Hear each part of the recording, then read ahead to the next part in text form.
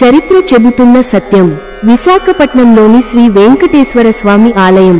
శ్రీదేవి, భూదేవి సమేతుడైన శ్రీ వెంకటేశ్వర స్వామి విశాఖపట్నం నగరపు మనోహరమైన అందాల మధ్యలో భక్తులను ఆహ్వానిస్తూ మరియు పర్యాటకులను ఆకర్షిస్తూ నిలిచే దైవమయమైన ప్రదేశం పోర్ట్ శ్రీ వెంకటేశ్వర స్వామి దేవాలయం. శ్రీ మహావిష్ణువు అవతారంగా పూజింపబడే శ్రీ వెంకటేశ్వర స్వామికి అంకితమైన ఈ ఆలయం తన విశిష్ట శిల్పకళా నిర్మాణం మరియు ప్రశాంతతతో ప్రసిద్ధి చెందింది. ఈ ఆలయాన్ని సందర్శించి స్వామివారి ఆశీర్వాదం పొందితే సౌభాగ్యం మరియు శ్రేయస్సు కలుగుతాయని భక్తుల నమ్మకం. అలాగే ఈ ఆలయం తన ఆధ్యాత్మికతతో పాటు అందమైన నిర్మాణ శైలి, ఆహ్లాదకరమైన వాతావరణంతో పర్యాటకులను కూడా ఆకర్షిస్తుంది.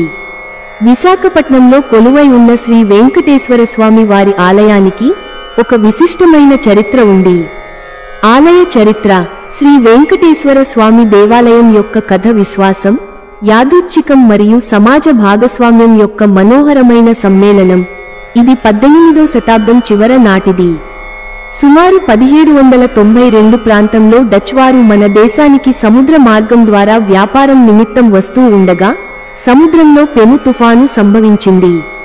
ఆ సమయంలో నౌకలోని వారంతా ప్రాణభయంతో వణికిపోయారు. నౌకలో ఉన్న ఒక కార్మికుడు దైవానుగ్రహంపై ప్రగాఢ నమ్మకంతో తన తోటి కార్మికులతో కలిసి ప్రార్థన చేశారు. వారు ఉదయపు వెలుతురు ద్వారా వారి నౌక సురక్షితంగా ఉండాలని, ఉగ్ర సముద్రపు కోరల నుండి రక్షించబడాలని ప్రార్థించారు. తెల్లవారుజామున ఒక అద్భుతం జరిగినట్లు అనిపించింది. తుఫాను తగ్గిపోయింది. తెల్లారేసరికి నౌక సురక్షితంగా విశాఖ రేవుకు చేరుకుంది. నౌక అక్కడ నుండి కదలలేదు. ఏమీ జరిగిందో అని చూసేందుకు నౌకను పరిశీలిస్తుండగా అది రేవు వద్ద ఒక పెద్ద రాయికి తగిలి ఆగిపోయిందని గుర్తించారు. ఆ రాయిని వెలికితీసి చూడగా అది శ్రీ వెంకటేశ్వర స్వామి ధృవమూర్తిగా గుర్తించారు. ఈ విగ్రహాన్ని పవిత్రమైన స్థలంలో ప్రతిష్ఠించాలనే ఉద్దేశంతో ఈ దైవిక ఆవిష్కరణను ఎక్కడ ఉంచాలనే దానిపై మార్గదర్శకత్వం కోసం వారు స్థానికులను సంప్రదించారు. స్థానిక గ్రామస్తులు గోస్తని నది బంగాళాఖాతాన్ని కలిసే చోట ఒక అందమైన ప్రదేశాన్ని సూచించారు. నది సంగమంను చూసే సమీపంలోని కొండ ఖచ్చితమైన ప్రదేశంగా పరిగణించబడింది. ఇది సుందరమైనది, ప్రశాంతమైనది మరియు పవిత్రత యొక్క వాతావరణాన్ని కలిగి ఉంది.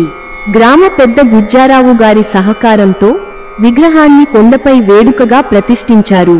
బుజ్జారావు గారు ఈ దైవిక ఉనికి యొక్క ప్రాముఖ్యతను గుర్తించి దేవతకు రోజువారీ ఆచారాలు మరియు నైవేద్యాల కోసం నిధులను కూడా ఉదారంగా అందించారు. ఇది విశాఖపట్నంలోని శ్రీ వెంకటేశ్వర స్వామి దేవాలయం యొక్క వినయపూర్వకమైన ప్రారంభాన్ని సూచించింది. ఈ ఆలయాన్ని స్వయంభూ అని పిలుస్తారు. శ్రీ వెంకటేశ్వర స్వామి ఆలయంలో పండుగలు కళ్యాణోత్సవం. ప్రతి ఏడాది విశాఖపట్నం శ్రీ వెంకటేశ్వర స్వామి ఆలయంలో స్వామివారి కళ్యాణోత్సవం ఘనంగా నిర్వహించబడుతుంది. ఈ సందర్భంగా శ్రీ వెంకటేశ్వర స్వామి వారికి వారి దేవీ స్వరూపాలైన శ్రీదేవి, భూదేవి సమేతంగా ప్రత్యేక పూజలు నిర్వహిస్తారు. ఈ ఉత్సవం విశాఖపట్నం పోర్ట్ ట్రస్ట్ ఆధ్వర్యంలో ప్రత్యేకంగా రూపొందించిన నౌకపై జరుగుతుంది. తెప్పోత్సవం అనేది ప్రతి ఏడాది నిర్వహించబడే రంగురంగుల ఉత్సవం. ఈ సందర్భంగా స్వామివారి విగ్రహాలు మోటార్ బోటులో ఉంచి పూజారులు మరియు భక్తులతో కలిసి ఉత్సవం ఘనంగా నిర్వహిస్తారు. ఆలయ దర్శన సమయాలు. శ్రీ వెంకటేశ్వర స్వామి కొండ ఆలయం ప్రతిరోజు ఉదయం 7 గంటల నుండి మధ్యాహ్నం 12:30 వరకు మరియు సాయంత్రం 4 గంటల నుండి రాత్రి 7 గంటల వరకు తెరిచి ఉంటుంది. ఈ సమయంలో భక్తులు స్వామివారిని దర్శించుకోవచ్చు మరియు పూజలు చేసుకోవచ్చు. ఆలయ విధులు. ఈ ఆలయంలో జరిగే పూజా కార్యక్రమాలు సింహాచలం ఆలయ పద్ధతులకు సమానంగా ఉంటాయి. ఇక్కడ రోజువారీ పూజలు ఆరాధనతో ప్రారంభమవుతాయి. ఉదయం మరియు సాయంత్రం ప్రత్యేక హారతులు మరియు నైవేద్యాలు సమర్పించబడతాయి. మధ్యాహ్నం మహా నైవేద్యం మరియు భోగం సమర్పించబడతాయి. ఇది ఆలయంలో ప్రధానమైన కార్యక్రమం. దీనిలో భక్తులు స్వామివారికి ప్రత్యేకంగా తయారు చేసిన ఆహార పదార్థాలను సమర్పిస్తారు. రాత్రి 7 గంటలకు ముగింపు ఆరాధనతో ఆలయం మూయబడుతుంది.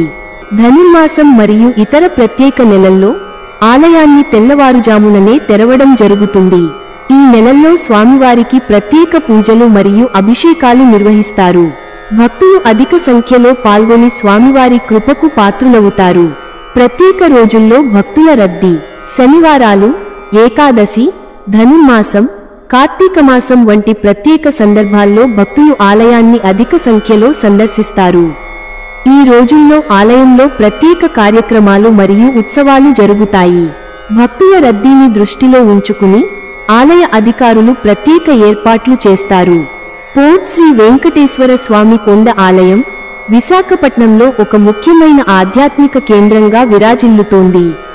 ఇక్కడ స్వామివారిని దర్శించుకోవడం వల్ల భక్తులకు మానసిక ప్రశాంతి లభిస్తుంది మరియు వారి కోరికలు నెరవేరుతాయని నమ్ముతారు. ఒకప్పుడు ఈ ఆలయం చుట్టుపక్కల ప్రాంతాలలో ఉన్న ఏకైక దేవాలయం కావడంతో అనేక మంది భక్తులకు ఇది ఒక ముఖ్యమైన ఆధ్యాత్మిక కేంద్రంగా ఉండేది. ఈ ప్రాంతంలో మరే ఇతర దేవాలయాలు లేకపోవడం వల్ల భక్తులు వేరే ప్రదేశాల నుండి కూడా ఇక్కడికి వచ్చి స్వామివారిని దర్శించుకునేవారు. దీనికి కారణం ఈ ఆలయం యొక్క ప్రాముఖ్యత మరియు దానితో ముడిపడి ఉన్న నమ్మకాలు. శతాబ్దాల చరిత్ర కలిగిన స్వయంభూ దేవాలయం అయినప్పటికీ ఈ ఆలయం ఇప్పుడు భక్తులకు దూరమవుతోంది. దీనికి అనేక కారణాలు ఉన్నాయి. పెరుగుతున్న కాలుష్యం. నగరంలో కాలుష్యం అధికమవటం వలన భక్తులు ఆలయానికి రావడానికి ఇబ్బంది పడుతున్నారు. కాలుష్యం వారి ఆరోగ్యానికి హానికరమని భావించి ఆలయానికి రావడం మానేశారు. క్షీణించిన ప్రజా రవాణా. ఆలయానికి చేరుకోవడానికి సరైన రవాణా సౌకర్యాలు లేకపోవడం కూడా ఒక ముఖ్యమైన కారణం. ప్రజా రవాణా వ్యవస్థ సరిగా లేకపోవడం వలన భక్తులు ఆలయానికి చేరుకోవడం కష్టంగా మారింది. కొత్త దేవాలయాల నిర్మాణం. అక్కడక్కడ కొత్త దేవాలయాలు వెలుస్తుండటంతో భక్తులు ఈ ఆలయాన్ని సందర్శించడం తగ్గించారు. ఇప్పుడు భక్తులకు దగ్గరలో చాలా దేవాలయాలు అందుబాటులో ఉండటం వలన వారు ఈ ఆలయానికి రావాల్సిన అవసరం లేదని భావిస్తున్నారు. ఈ కారణాల వల్ల ఒకప్పుడు వేలాది మంది భక్తులతో కళకళలాడే ఈ ఆలయం ఇప్పుడు నిర్మానుష్యంగా మారుతోంది. ఆలయ అభివృద్ధికి మరియు దాని ప్రాముఖ్యతను కాపాడటానికి చర్యలు తీసుకోవాల్సిన అవసరం ఉంది.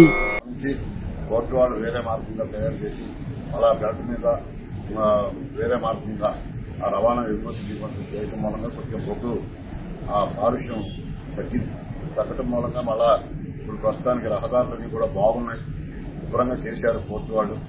ఆ రకంగా భక్తులు రావడానికి వెళ్ళడానికి కూడా ఇబ్బంది లేకుండా.